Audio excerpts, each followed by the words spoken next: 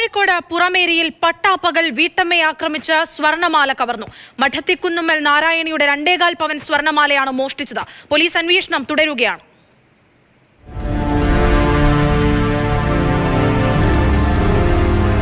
വീട്ടുമുറ്റത്ത് തുണിയലക്കുന്നതിനിടെ പിന്നിലൂടെയാണ് മോഷ്ടാവ് എത്തിയതെന്ന നാരായണി ചാക്ക് പോലെയുള്ള വസ്തു കൊണ്ട് മുഖം പൊത്തിപ്പിടിച്ചു.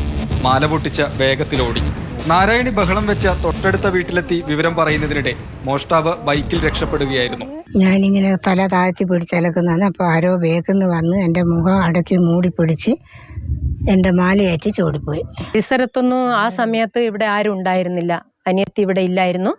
അപ്പം അടുത്ത വീട്ടിലൊന്നും ആളില്ല, തൊട്ടടുത്ത വീട്ടിൽ ആളില്ല.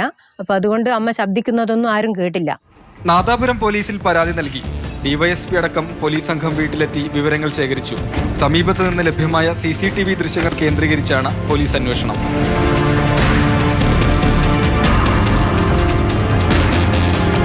മാതൃഭൂമി ന്യൂസ്, കോഴിക്കോട്.